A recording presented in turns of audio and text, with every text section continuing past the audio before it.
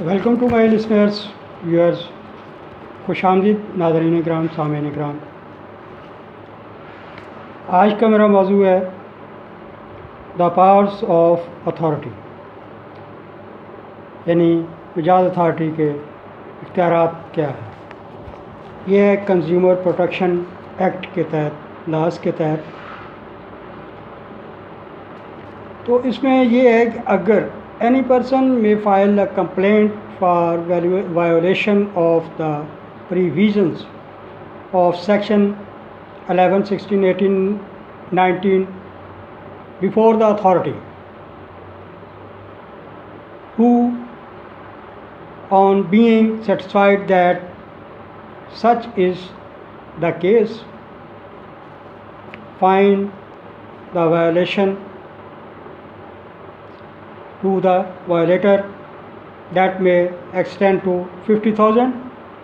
rupees and which may be recovered as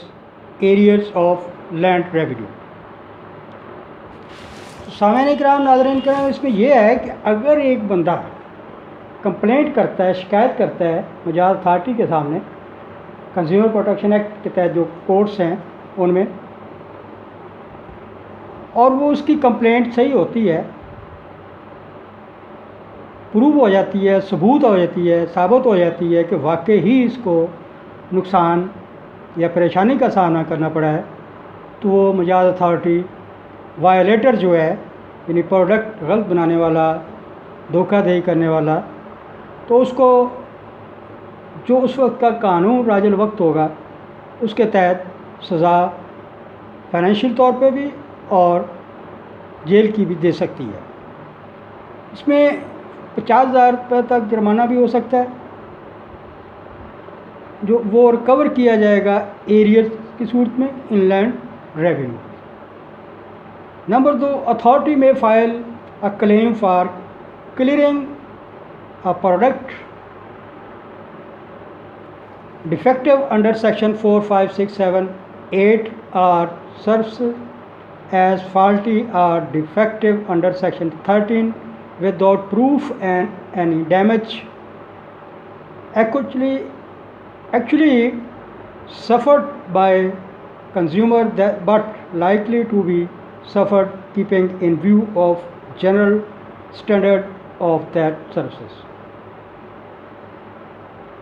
وہ مجاز authority consumer act, protection act کے تحت کورس جب یہ دیکھتی ہے کہ دفعہ 4، 5، 6، 7، 8 یا سروسز کے تحت، سروسز پرووائڈر یا product manufacture provider, seller, distributors, retailers وغیرہ، اگر ان کا فالٹ ہے، ان کا نقص ہے اور اس میں ثابت ہو جاتا ہے، تو وہ عدالت اپنا ججمنٹ دے گی، اس کو فائن کی، سینٹینس کی. Number 3، authority may file a claim before the consumer court for declaring any act on the part of any person as being a contravention to part 4 of the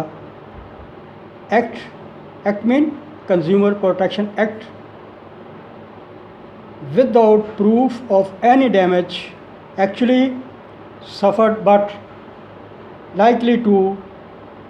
the suffered due to the said contraventions. وہ authority, مجاز authority جو ہے، coordinator جو ہوتا ہے government کی طرف سے،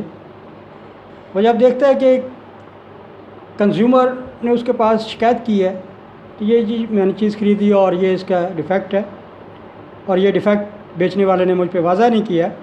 مجھے بتایا نہیں ہے، اس وجہ سے مجھے نقصان ہوا ہے، اور وہ مجاز اتھارٹی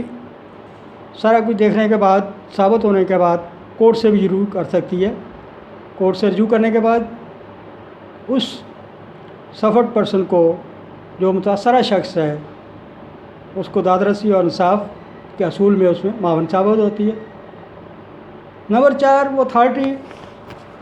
یعنی the authority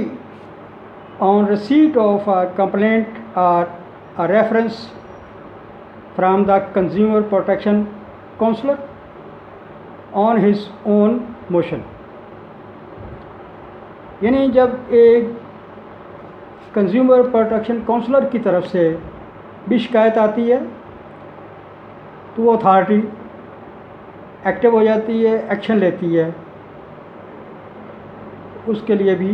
یہ امداد اتھارٹی جو گورنمنٹ مقرر کرتی ہے کنزیومر پروٹیکشن ایکٹ کے تحت، وہ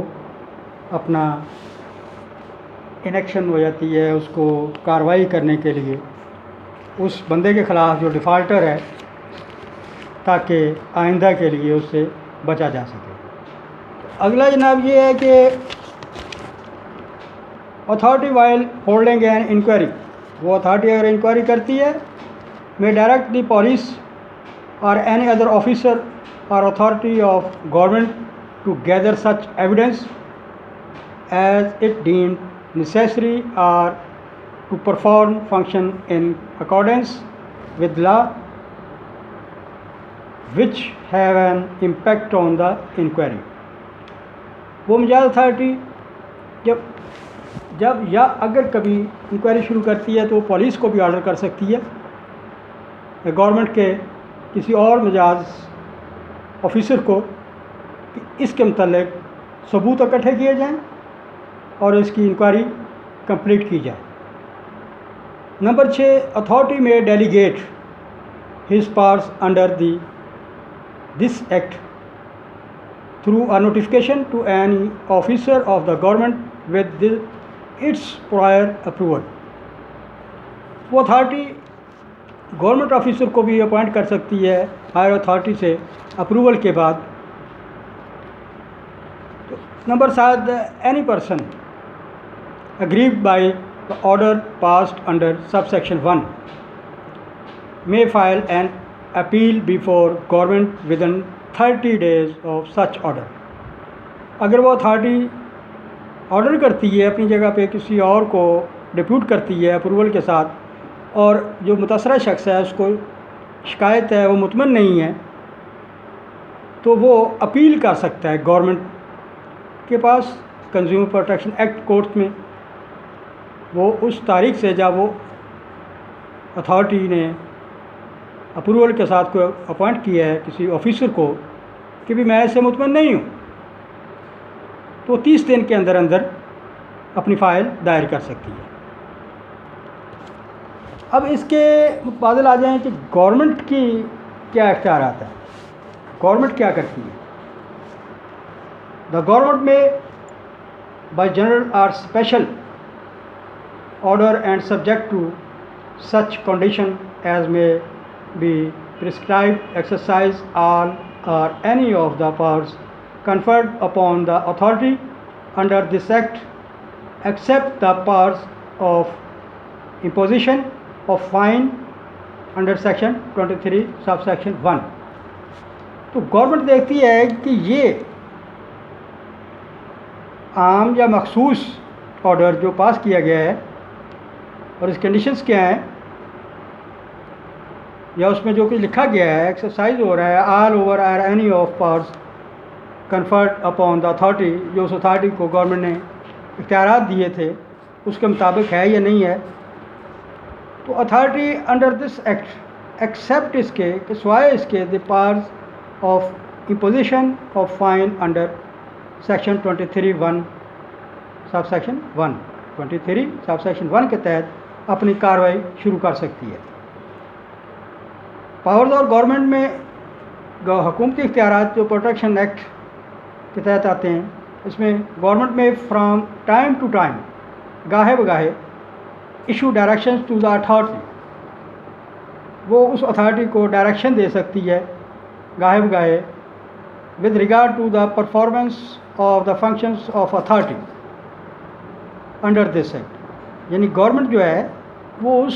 مجاز اتھارٹی کو جو اس نے اپوائنٹ کیا ہے اس کو ڈائریکشنز دے سکتی ہے گاہے بگاہے وقت وقت کہ اپنے کام اور پرفارمنس کو بہتر کریں. Number 3، the government may at any time any stage modify or set aside any order or action of authority subject to such condition or conditions as it may deem fit.